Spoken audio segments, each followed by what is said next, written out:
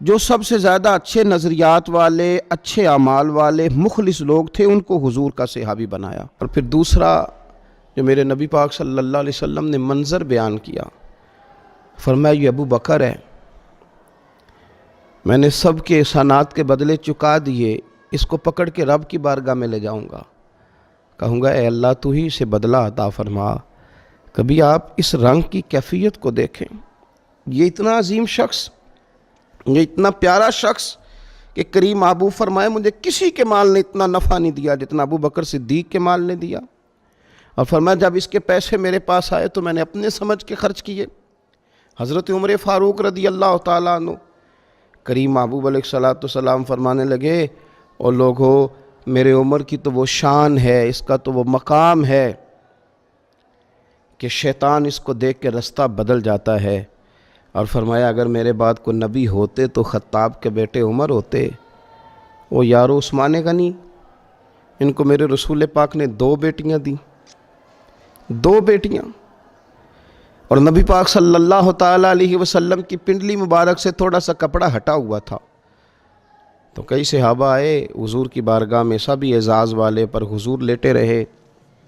عثمان غنی آئے تو کریم محبوب علیہ السلام نے اپنے کپڑے کو سیدھا کر کے فرمایا جس سے فرشتے حیا کرتے ہیں میں اس سے حیا نہ کروں؟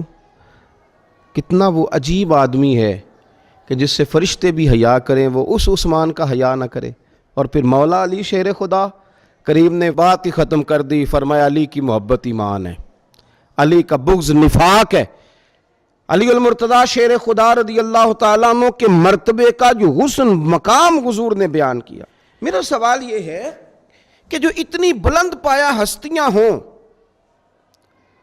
کیا ہم ان پر بیٹھ کے تبصرے کریں گے؟ کیا ہم اپنی زبانوں کا انہیں نشانہ بنائیں گے؟ ان کے بارے میں ہم کلام کریں گے، اور وہ لوگ کلام کریں گے جن کی کوئی حیثیت نہیں ہے، جن کا کوئی مقام نہیں ہے، جو سیاسی اور سماجی اور فلائی قد کاٹ اپنا بتا کے تو جس پہ دل کرے وہ تبصرہ کریں؟ ہوش میں رہنا چاہیے۔ تو دیکھ تو صحیح تو بات کس کی کر رہا ہے، تو کن لوگوں کے تذکرے کر رہا ہے؟ اور پھر میرے رسول پاک صلی اللہ تعالیٰ علیہ وآلہ وسلم نے ارشاد فرمایا لوگو میرے اصحاب کے بارے میں اللہ سے ڈرنا۔ حضور صلی اللہ تعالیٰ علیہ وسلم فرمانے لگے میرے اصحاب کے متعلق اللہ سے ڈرنا۔ مشکات میں حدیث ہے، ترمذی میں حدیث، اس کا درد ذرا دیکھنا۔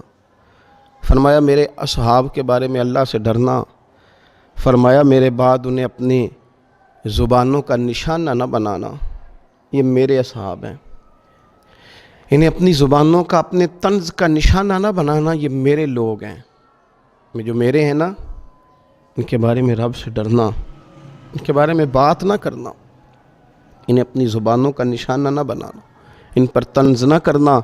حضور صلی اللہ تعالیٰ علیہ وسلم فرمانے لگے جس نے ان سے محبت کی اس نے میری وجہ سے ان سے محبت کی، میرے اصحاب ہے نا۔ اور فرمایا جس نے ان سے بغض رکھا اس نے میری وجہ سے رکھا۔ اور میرے نبی پاک علیہ السلام فرمانے لگے جس نے ان کو اذیت دی اس نے مجھے اذیت دی، اور فرمایا جس نے مجھ کو اذیت دی اس نے میرے رب کو اذیت دی، اور جس نے میرے رب کو اذیت دی ان قریب میرا اللہ اسے پکڑ لے گا، ان قریب اللہ پکڑے گا اسے۔ گستاخان صحابہ یہ سمجھتے ہیں کہ ہم دندناتے پھرتے ہیں، کوئی حکومت کوئی ادارہ ہم پر ہاتھ ڈالنے کو تیار نہیں، لیکن وہ یاد رکھے کہ حضور نے فرمایا ان قریب تمہیں اللہ پکڑے گا، ان قریب تم پکڑ لیے جاؤ گے، تم دھس لیے جاؤ گے۔ اہل بیت اطہار صحابہ کرام علیہم رضوان کے بارے میں ہمارے نظریات اتنے صاف ہونے چاہیے، اتنے سونے ہونے چاہیے، ہمارے عقائد کے اندر اتنا حسن ہونا چاہیے۔ حضرت عباس آتے، حضور کے چچا، نبی پاک کے چچا ہے نا، حضور کے چچا ہیں، جب وہ تشریف لاتے تو صحابہ اٹھ کے کھڑے ہو جاتے حضور کے چچا کے لیے، اس لیے کہ یہ اس کریم کے چچا ہیں جنہوں نے ہمیں زمین کی پستیوں سے اٹھا کر عرش کی بلندیوں تک پہنچایا۔ یہ اس کریم محبوب صلی اللہ علیہ وسلم کے چچا ہیں جنہوں نے راتیں ہمارے لیے دعائیں مانگی اور دن ہمیں تبلیغ کر کے گزارا۔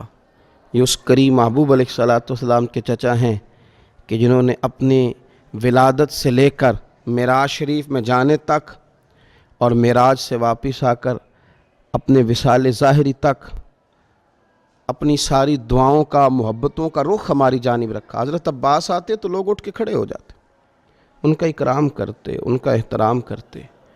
اگر ہمارے دل ان کے لیے جھکیں گے نہیں، ہماری طبیعتوں میں ان کے لیے پیار نہیں آئے گا، تو اس کا معنی یہ ہے کہ پھر ہم لوگوں نے کمزوری کی، ہم لوگوں نے پھر ظلم کیا۔ دیکھیے حضرت عبداللہ ابن عباس رضی اللہ تعالیٰ عنہ، یہ حضرت زید بن ثابت رضی اللہ تعالیٰ عنہ کے پاس علم حدیث سیکھنے جاتے تھے۔ حضور صلی اللہ علیہ وسلم نے انہیں دعا دی تھی، حضور کے چچا کے بیٹے ہیں، علم حدیث کے لیے حضرت زید بن ثابت رضی اللہ تعالیٰ عنہ کے پاس جاتے، خاندان رسول میں سے ہیں، لیکن جب ایک صحابی کے پاس جاتے تو کہتے میں کبھی اپنے استاذ کے دروازے پہ دستک نہیں دیتا تھا، میں بیٹھا رہتا تھا ان کے دروازے پر بیٹھ کے، ان کے دروازے پر بیٹھ کے۔ مرشد دے دروازے اتے محکم لائیے چوکاں، دروازے پر بیٹھ کے، پکے بیٹھ کے۔ مجھ سے فقیر بھی اب پھیری کو اٹھتے ہوں گے، اب تو غنی کے در پر بستر جما دیے۔ دروازے پہ بیٹھتے، کہتے ہیں ہوا چلتی تو ریت بھی، مقدس ریت بھی مدینے کی وہ میرے بالوں میں پڑتی، مقدس خاک بھی پڑتی، پر میں انتظار کرتا، دروازہ نہیں کھٹکھٹاتا تھا۔ استاذ مرضی سے آتے تھے تو پھر میں ان سے حضور کا دین سیکھتا تھا۔ حضرت سیدنا زید بن ثابت رضی اللہ تعالیٰ عنہ اپنے گھوڑے پر بیٹھ کر کے جا رہے تھے، سامنے سے حضرت عبداللہ ابن عباس رضی اللہ تعالیٰ عنہ آ رہے تھے، تو دوڑ کر آ کر حضرت عبداللہ ابن عباس رضی اللہ تعالیٰ عنہ نے گھوڑے کی لگام تھام لی تاکہ لوگوں کو پتہ چلے یہ میرے استاذ ہیں۔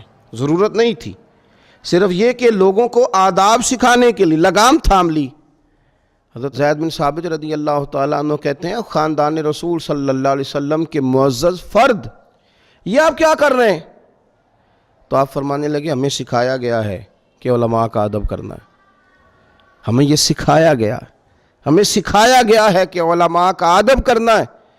تو حضرت زید بن ثابت رضی اللہ تعالیٰ عنہ گھوڑے سے اترے اور جناب عبداللہ ابن عباس کے ہاتھ چومنے لگے، کہا یہ آپ کیا کر رہے ہیں؟ فرمانے لگے ہمیں بھی سکھایا گیا ہے خاندان رسول کا ادب کرنا ہے۔ تو صحابہ تو ایک دوسرے کے ساتھ یہ والا رویہ اختیار کر رہے ہیں، اپنی اولادوں کو حضور کی اہل بیت اور صحابہ کا ادب سکھائیں، ان لوگوں سے دور بھاگیں، دور بھاگیں جو اپنی زبانوں کا، اپنے طنز کا، معاذ اللہ اپنی تنقید کا نشانہ بناتے ہیں صحابہ کو۔ حضور صلی اللہ تعالیٰ علیہ وسلم کی تربیت کے وہ جو ستارے ہیں خاص، اور میں آپ عرض کروں یہ عالمی سازش ہے مسلمانوں کے خلاف، اس لیے کہ وہ لوگ جو حضور کی تربیت کے شاہکار ہیں اگر وہی مشکوک کر دیے جائیں گے تو پھر بعد والوں کا معاملہ کیسے ٹھیک رہے گا؟ ہمیں کتاب و سنت سارے کا سارا صحابہ کے ذریعے سے ملا، ہمیں روایت احادیث کر کے، روایت حدیث کر کے صحابہ نے ہم تک پہنچایا، زندگیاں لگا دی اس کام میں۔ تو اگر انہی لوگوں کو مشکوک کر دیا جائے گا تو پھر بعد والوں کی چیزیں کس طرح کر کے مستند رہیں گی؟